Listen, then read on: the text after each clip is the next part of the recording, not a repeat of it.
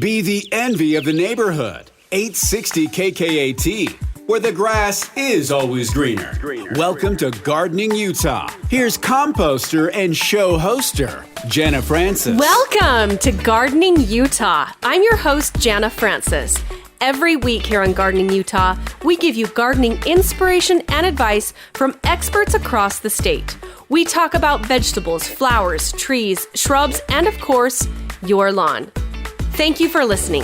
I hope this show is something that you'll look forward to checking in with every week.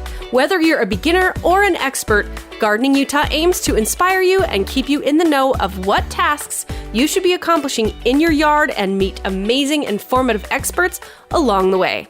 This show airs on the radio on the weekends here in Utah at 10 a.m. on 860 AM KKAT, and episodes drop every weekend on Apple Podcast, Spotify, or wherever you get your podcasts, so hit that subscribe button so you never miss an episode. On today's show, we talk all things garlic with Keene Garlic Farm out of Madison, Wisconsin.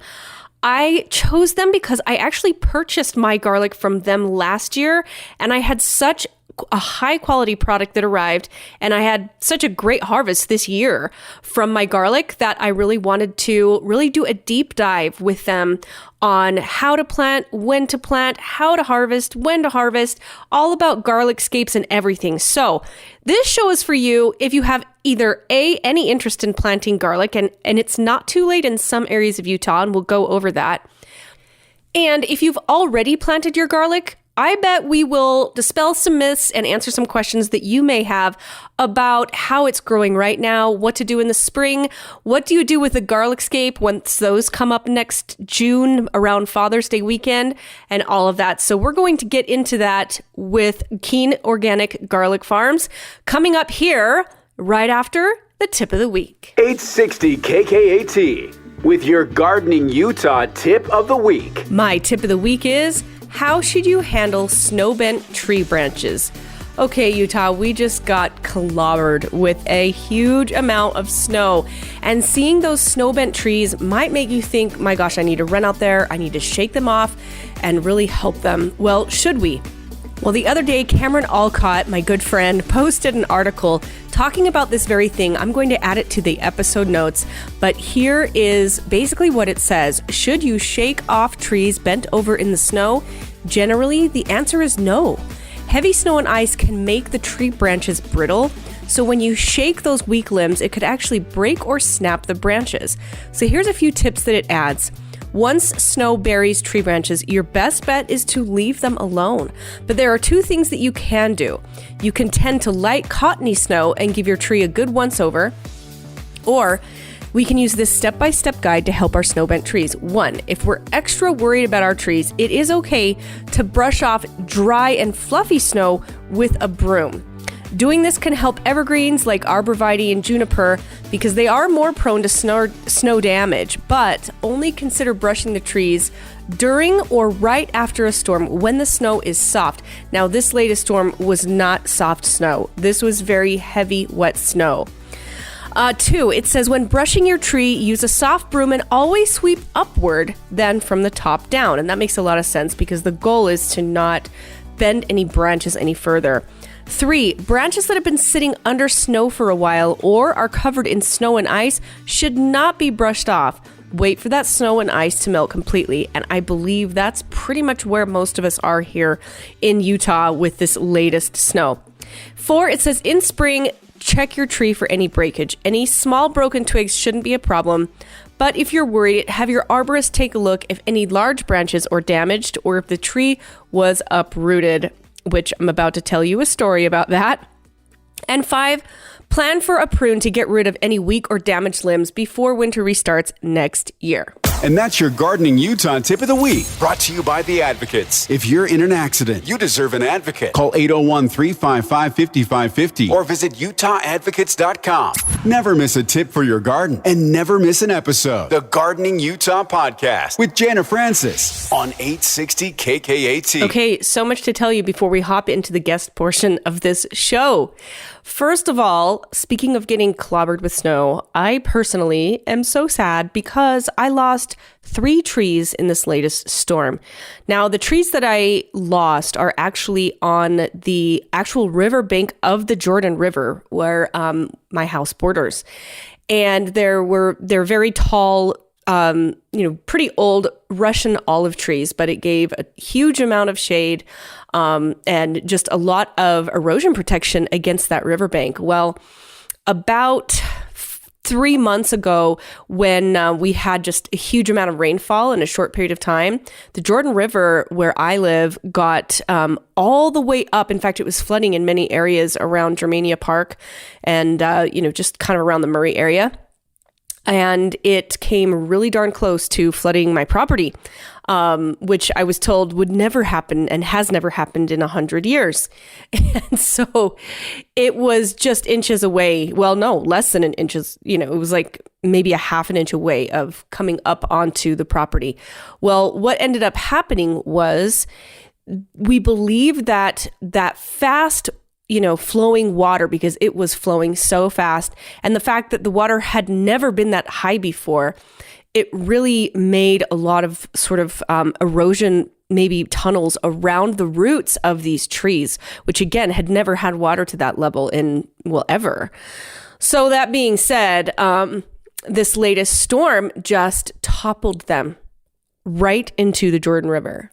So I'm going to be on the phone today with people that handle that and figure out what we can do, because we can't be blocking the river and et cetera, et cetera. But I am devastated that I lost 3 beautiful trees that were just big and gorgeous and thriving. And it's just so sad to see how they uprooted. In fact, the roots are sticking up and the trees are in the water. It is so sad. It's crazy to see how massive the root systems were. Really, really a sad day around here, because it completely changed the look of the landscape, and we're going to have to be doing a lot of erosion repair and things like that. So, boy, we've got a project ahead of us, but wow, this storm was amazing. Of course, we need it for water and everything else, but and I know I'm not alone in tree damage. I know we had a tremendous amount of tree damage around the state of Utah for sure.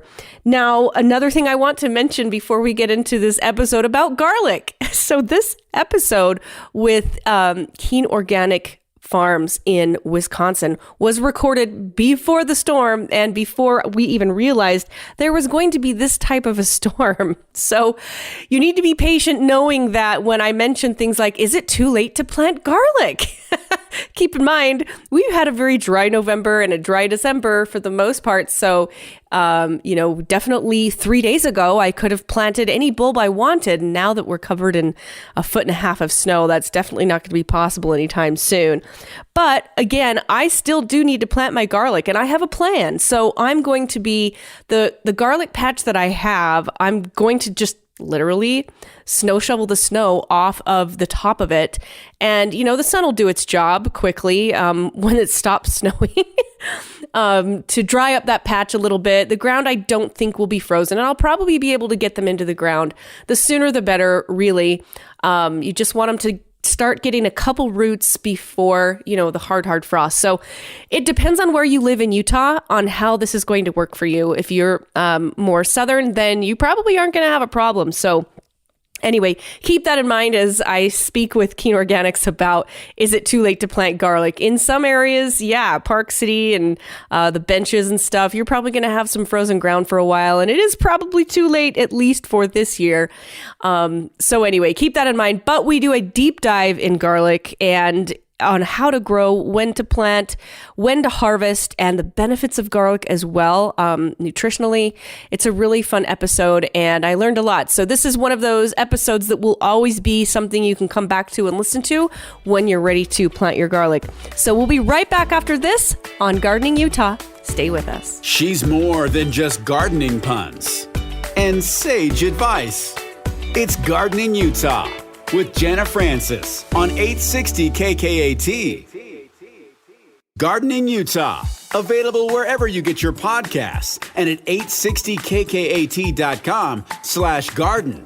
Here's Jana Francis. Welcome back to Gardening Utah. I'm your host, Jana Francis, and I'm so excited today because we've got Cindy Hollenbeck, owner of Keene Garlic, with us on today's episode. Cindy, thanks so much for being here.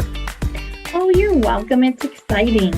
I know. I've talked a lot about garlic on the show here and there, but we've never done a deep dive into, the benefits of garlic, how easy garlic is to grow and how to grow it and that kind of thing. So I'm really, really excited to be able to catch you guys at maybe the tail end of your busy season to be on the show. So why don't you first tell our listeners all about Keene Garlic? Well, Keene and I, my husband, started growing garlic about 20 years ago. And it really kind of occurred because we had all of the stuff from our garden. I was ready to can. My garlic didn't turn out. And I went to the store and it turned out that the garlic was rotten, and I turned it over and it was a product of China. So that got me searching, because at the same time, our son was a toddler and there was something going on with the toys, that there was an issue with them, that we were like, he'd go to the store and we'd be like, is there a, where's the toy from? And he'd go, oh, made in China. And we're like, oh, you can't get it.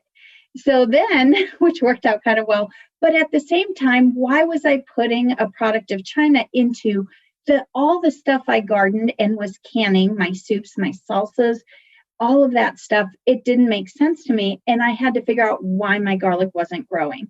So I found a local garlic farm. And what I found is that really we need good seed stock. And it really should be U.S. grown from a small farm where people are growing seed for seed stock.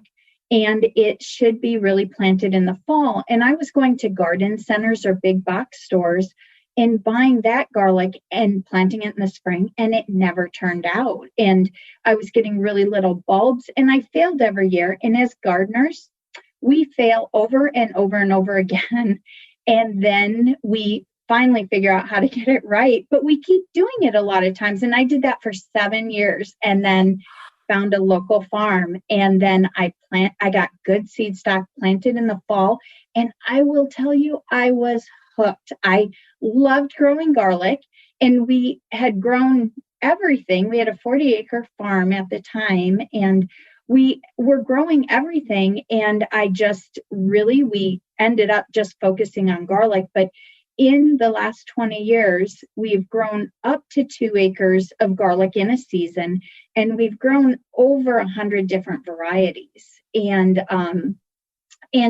where we've come since then is what we have found is we're in a great little area in Wisconsin where we grow great garlic, and we are in Organic Valley, the company Organic Valley that does the milk and the dairy. We're in their backyard. So we have some of the best organic vegetable farmers in our region. So what happened is we started growing garlic, and then the farmers at the farmers market started growing garlic, and we ended up having more. We started with a website, and we all started growing more garlic. And what happened is that we always had sales on our website where the farmers, a lot of them were selling it at the farmers market. So what we did is we all came together, and now there's about 50 of us organic farmers here in Wisconsin, all growing an acre or less of high quality garlic, so that we can sell it to others so that they can have successful garlic crops. And that's really what we found makes the difference. And then, how I said we grew over 100 different varieties, but in that time, what we did is we found the varieties that actually do well. So there's a lot of neat, fun varieties, but what we really started to do was, because also for the farmer's sake and for our sake, we can grow all these cute little varieties that end up coming out to be like 1-inch bulbs. But really what people want are stuff that's really hardy, tried and true, easy to grow. So when you come to our website, those are the varieties that you see. We've really tried to take a lot of the varieties that are just more difficult or just don't do well, and we've kind of taken them off, because we've just found customers keep coming back when they're successful in their garlic grows. But some of the stuff that's just a little more temperamental it's just harder to grow. So that's kind of what we've focused on. And that's who Keene Garlic is today, is really a network of just small farmers trying to produce a really good crop for others to regrow. Well, I got to tell you, I ordered from your farm last fall, as in fall of 20, and I had such a successful crop. It's the first time I've grown that much garlic. I think I had ended up with 100 cloves that I planted that ended up with 100 bulbs, and I was so thrilled. And when the order arrived, I was blown away at, well, one thing I just love to see is all the different varieties of garlic right next to each other, because I had like the Montana Giant and I think the Persian Star, and, I had several others, but I was so impressed with the quality of the size of the bulb, of the bulbs themselves, the freshness of the bulb, and just, even the wrap, the actual, I forget what you call it, with the like those netted bags. The netted bags, but then just the cloves themselves were so high quality. I mean, you could just tell they were so fresh. Yeah. Yeah. And so you're exactly right. Starting with the right seed is going to give you the best, the best harvest for sure. So I've experienced what you said firsthand. Now, this podcast will probably air sometime in mid-December here in Utah. So, question for you is, do you feel like it's too late to plant? We have planted into frozen ground and still had great garlic.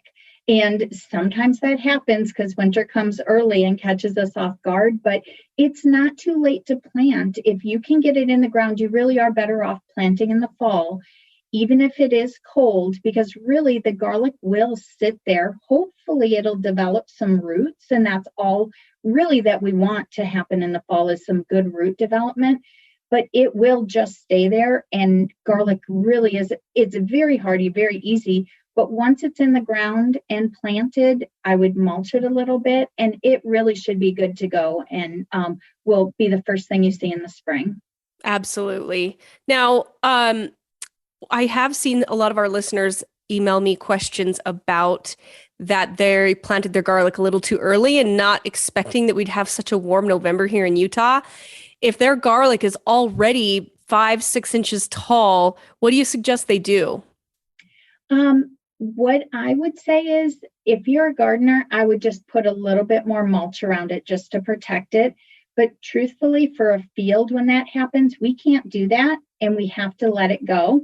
And the garlic survives. It is hardy. It will resprout and regrow in the springtime. So it's hardier than what we think. And, those sprouts usually will die off. But if you can protect them a little bit, I say it's helpful. It helps us feel better, but I don't know that it's necessary because we can't always do that. That is such a good point. When you're mass planting like that, how in the world do you get enough mulch and leaves or whatever you would need to manage that? You just can't.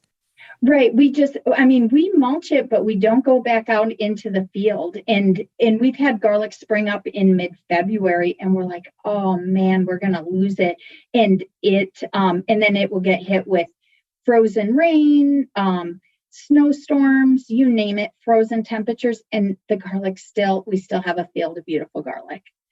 It's so resilient. I love it.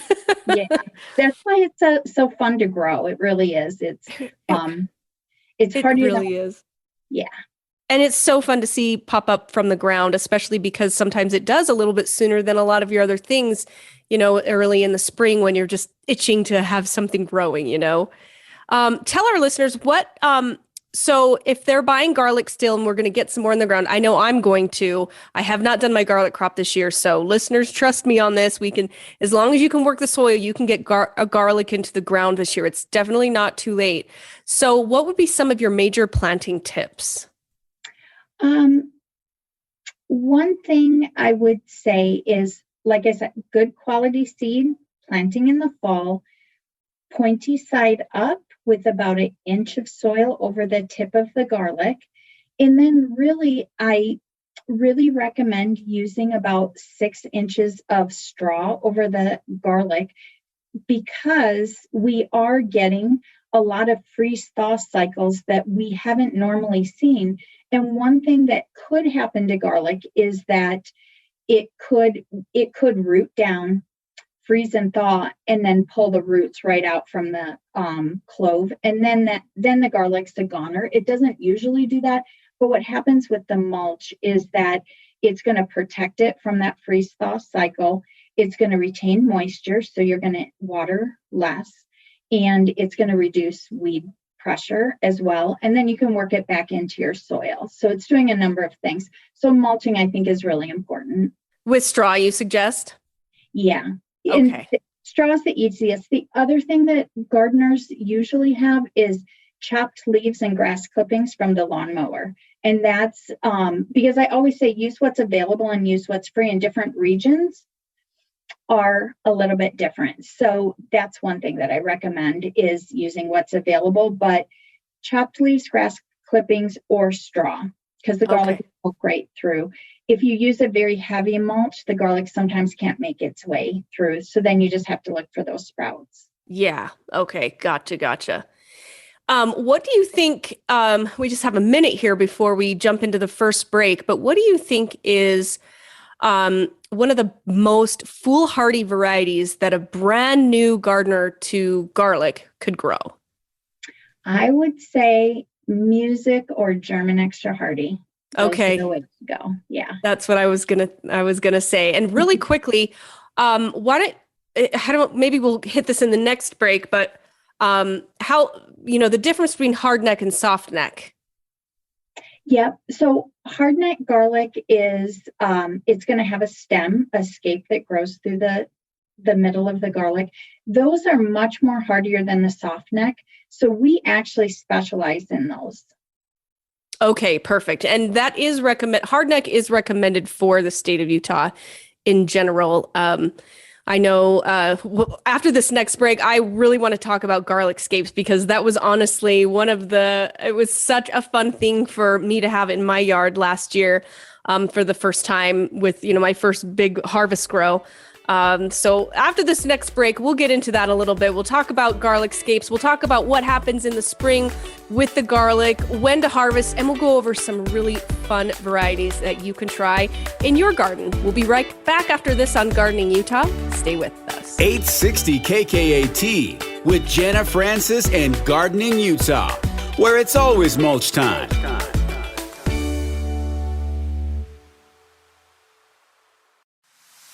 She really does have the nicest yard on the block. It's Gardening Utah with Jana Francis on 860 KKAT. Welcome back to Gardening Utah. I'm your host, Jana Francis, and with me today is Cindy Hollenbeck, the owner of Keene Garlic, and we are talking about the fact that it's not too late to plant, and we're going over tips and tricks on how you can start your own garlic harvest in your yard.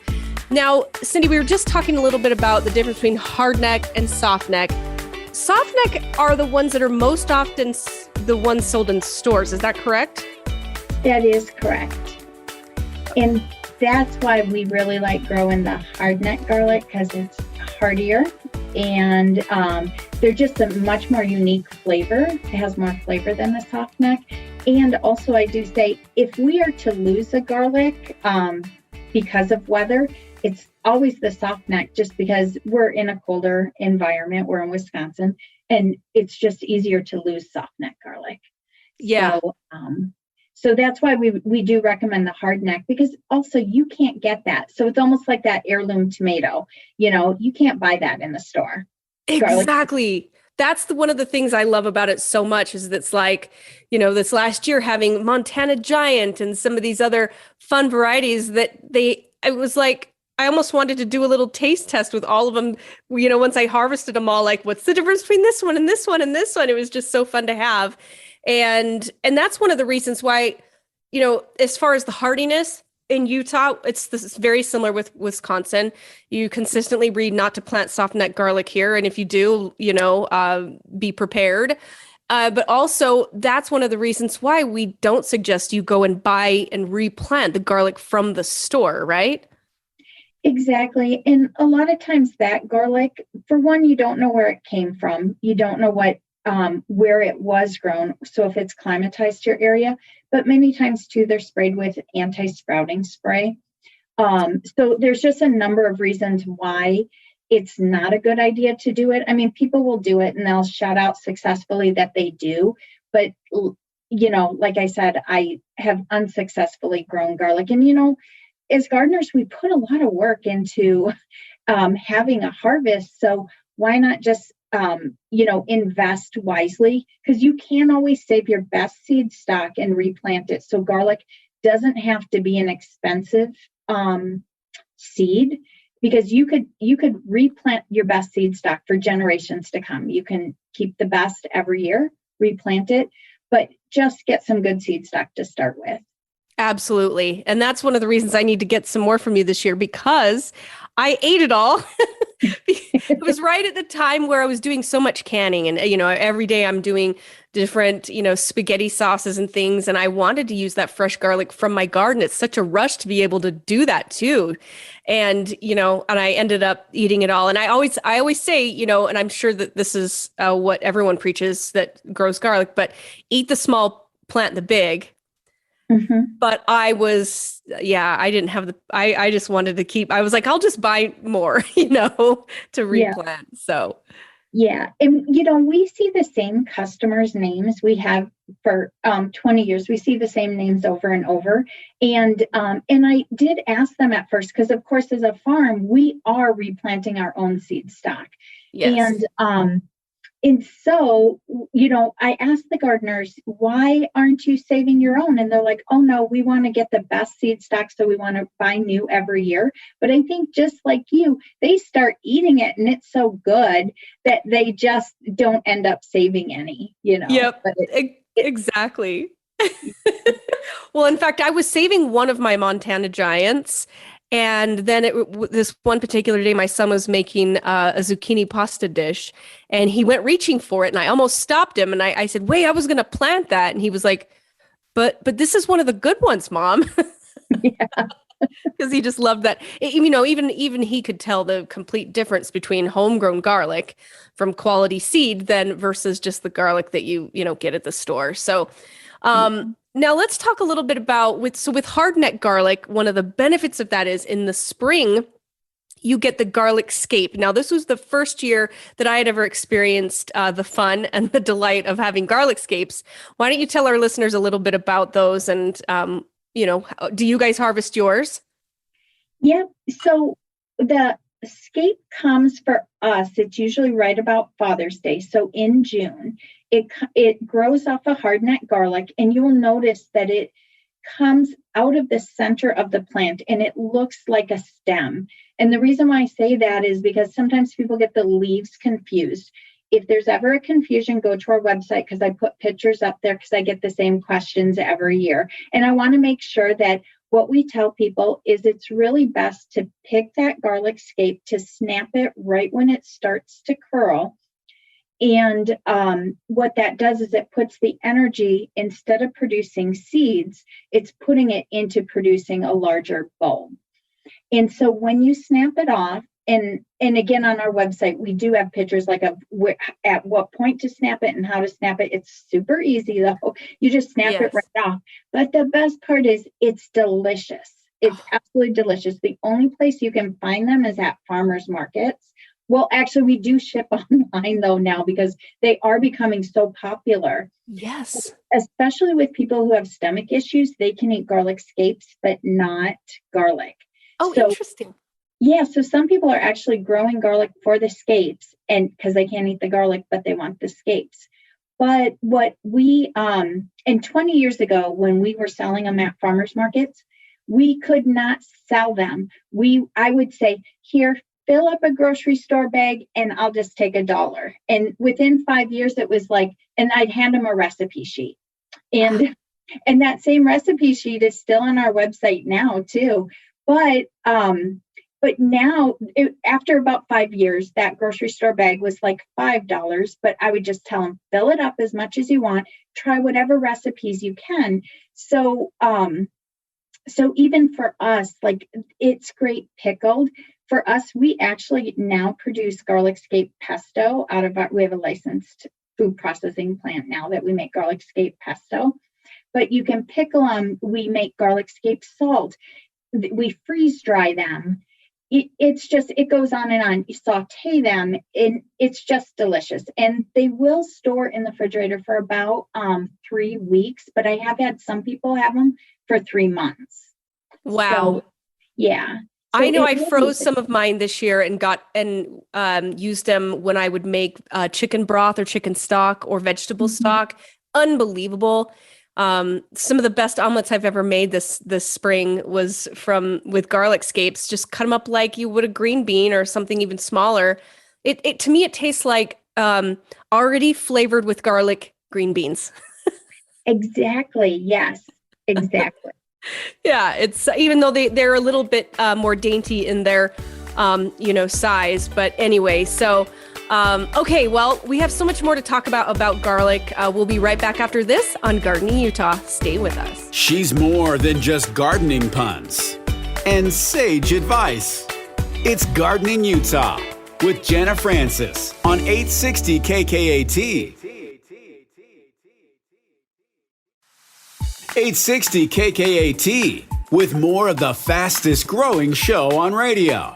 It's Gardening Utah with Jana Francis. Welcome back to Gardening Utah. I'm your host, Jana Francis, and today we have special guest Cindy Hollenbeck from Keene Garlic. I'm just loving this conversation. I've learned a lot, so thank you for being here today. You're welcome. Okay, so one of the benefits that I've heard, and maybe you can help dispel this, I don't think it's a myth, but I've heard that the chemical I might be pronouncing this wrong, the chemical in garlic that's so powerful is allicin. Did I pronounce that right? Yeah, that's perfect. And that the way to properly activate that for maximum health benefits is to mince or crush the garlic right and let it sit for 10 minutes before you do anything with it. Is this true? That's exactly true. And, too, I will say our heirloom hardneck garlic that we're able to grow as gardeners has a higher allicin content. So that's exactly it. You crush it. I do recommend using a garlic press because what you're looking to do is to mix those compounds. Those compounds are not mixed until you actually crush it. And if you think about it, when a garlic bulb smells versus the crushed garlic smell, that's what you are picking up. So yes, when you crush that, cut it, every little cut, press it, makes a difference. It brings out those compounds. After 10 minutes, it is at its highest level. So then you want to add it to your food, or if you're using it for medicinal purposes, you just put it on a spoon and bottoms up. And the garlic is strong, and it really is. It's very potent when you do that. It's not like the stuff in the store. It will get you. But we do have people that have gotten off medication by using garlic that way, and they just firmly believe in it. And there's just so many new ways that people have come up with that they're also using garlic. They are fermenting it in honey. They're getting the black garlic machines and fermenting it that way. But it's a highly medicinal product. And I will say, and we make garlic powder and we overdose everything with garlic. And the mosquitoes don't bite us and the ticks don't bite us. And I think everything probably stays away from us, but it works. And we don't get colds or flus. We're just not sick. So I really think it has to do with the amount of garlic that we adjust. But our customers will say the same. So I don't think it's just us. No, and I mean, I think it's scientifically proven that garlic is so beneficial medicinally. I do know that there's plenty of PubMed studies. And if you go and look, there's a number of studies with garlic. And a lot of times they are using the aged garlic capsules. But really, I just use the garlic that you can grow, and because you're really getting so much more. And then also the enzymes that you're getting that, may not be there when it becomes a capsule. So that's why exactly what you had said, crush it, wait 10 minutes, and then consume. Isn't that a miracle? I just love that. And I did that. It was funny. I had to teach my son to do that because we cook quite a lot in the kitchen together. It's like, wait don't add it. We got to set a timer for 10 minutes. Yeah. Yep. And another trick that I do too is that I'll add the garlic earlier in the dish, but we do over garlic everything. And then I do that same thing where I'll add it at the end. So say I'm doing a spaghetti sauce or red sauce or whatever it is. I like that garlic texture that we get in the beginning, but then adding it at the end gives it that strong garlic punch. Ooh. So, and you're cooking it less. The more you cook it, the less medicinal it is. So by adding it right in the end, you're kind of getting the flavor and the medicinal part as well. Yeah, got it. That's such a great tip. I love that idea of adding more fresh garlic at the end that's not cooked. It's kind of like a layered garlic flavor. Yeah. But I would say, too, with our heirloom garlic, it is stronger. So I do kind of tell people, test it first, because I do have some people who will say, it was so strong, I tasted it for 3 days. And I'm like, yeah.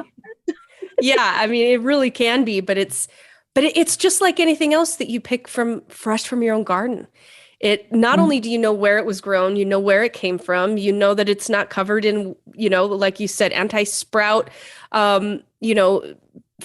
elements, and it's not, and it's like that heirloom tomato, like you said, you get the varieties that you want, you get things you can't buy in the store, you know where it's grown, and you grew it. It's such a rush, Yeah, exactly. And that's why we got hooked on growing garlic is just for that reason. And it's unique. You cannot buy what we're growing. You can't buy in the store.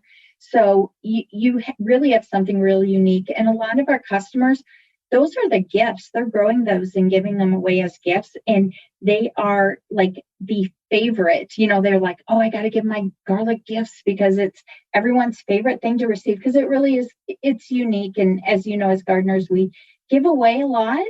We like bounty, but that is a fun one. People love to receive that. I loved your idea of garlic scape salt because, that's just genius. Mm-hmm. When you make that, do you dehydrate the garlic scape? We actually have a freeze dryer, and we freeze dry the scapes, and then we blend it really fine with Himalayan salt. And just by taking that and sprinkling it on any veggie, you get that it's like a green light garlic flavor with the salt, and it just brings out the flavor of veggies. We use it everywhere, but really like putting it on a caprese salad, it's a nice light flavor. But also for people who do have dehydrators, we do dehydrate the scapes as well with the salt, and then we kind of use that a little more as a coarse garlic scape salt too. So there's a couple ways to do it. Yeah. Oh, that's interesting. I'm going to definitely try that next year. I had so much fun with the garlic scapes. And if you're just tuning in, listeners, that's the kind of the seed head that tries to make the flour on the hard scape garlic sometime first week of June around Father's Day. And you want to snap that off so that the energy goes into the bulb instead of making the flour. But the benefit is you get this newfound sort of delicacy. Wouldn't you say it's like in really fine restaurants now, and they're getting really sought after? Definitely. And it was very hard. It was very hard to sell at first, but now we ship them, and they actually do quite well. But a lot of people don't have the access to farmers markets that all across our nation. So, we have a lot of farmers markets here, but a lot of people don't, because I'm like, well, you could go to the farmers market. That's kind of where you find them. But I do think it is easy having them shipped. But people do, stock up on them and then freeze them and, process them and on all sorts of stuff. Yep. Okay, so let's talk a little bit about storing garlic and some tips around that. I know that you mentioned earlier that a lot of the garlic in our stores are sprayed with anti-sprout. However, the one thing I definitely noticed, because I do remember when I planted the bulbs last year, I thought, I'm going to have so much garlic, I'm not going to know what to do with it. Like, I won't be able to use it all the time. But the reason why I used it all, and it was over several months without spraying with anything, it's because the hardneck and these varieties they last a lot longer, right? Yeah. So usually for us, we're harvesting in July, and we can usually store our garlic till February, March, April. Sometimes, like this year, we're not getting a great storage life on garlic just because we had a drought followed by high heat and excessive rain. So that, sometimes those things make a difference in storage. But many times we're trying to get our garlic, because we don't buy garlic from the store. So we're trying to get it all the way to spring. And if we can't, we're finding ways to preserve it so that we can, have garlic available in April, May, June until the new harvest comes in. And I do recommend probably around October, probably around planting time, taking some of your garlic, putting it in a brown paper bag and putting it in the crisper drawer to pull it that extra time period. It does lose a little flavor, but it's better than grocery store garlic. So, yeah. Now, dispel this. I've heard that, sometimes I just notice, garlic just sitting on with the other fruits and vegetables on the little fruit stand by your kitchen window. That's not where you want to store your garlic because it encourages it to sprout, correct? Exactly. And it's not going to like the light or the heat. So we really recommend putting it in your pantry or in a cupboard where it can get some consistent temperatures, or basement. Actually, basements are best, where really we're looking for 60 degrees and about a 50% humidity. That's perfect in a basement. Not all of us have that. So if we don't, then a pantry where we are not moving it around and having it near other veggies. And just even in a basket is fine, but away from airflow, because if you have, say, the air conditioning blowing on it, it's going to dehydrate it sooner. So, kind of just keep all those things in mind when you're trying to get that longer storage from your harvest. Yeah, it sounds like I did the right thing this year then. So I put mine individually into just cardboard bags, marked them what they were, and put them in my storage room in my basement, and just made sure to go keep checking on them every couple weeks. And anytime I grabbed a new one, I would grab the smallest one and then just kind of looked to, check the health of all the others. But I had a really good luck this year with it. Yeah. And I'm glad that you said that, because really that is the thing, is just checking on them. When you start to feel that they're starting to get a little bit soft, they're dehydrating. And so then you want to use that up quicker.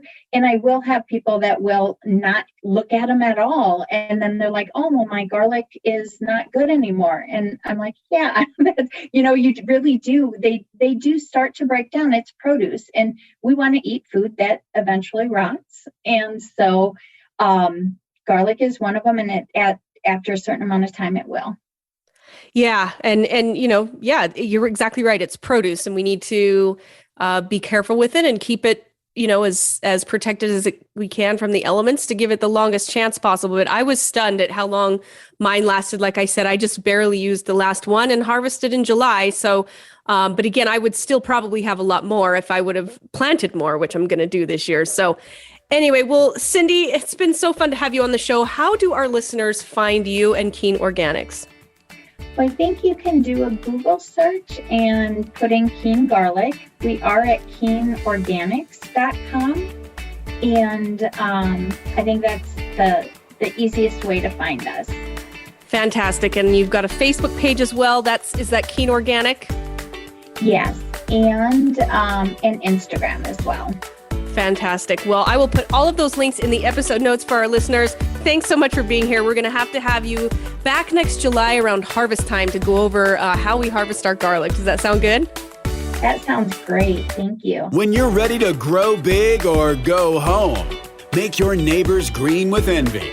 Get the Gardening in Utah podcast, Gardening Utah, available wherever you get your podcasts and at 860kkat.com/garden.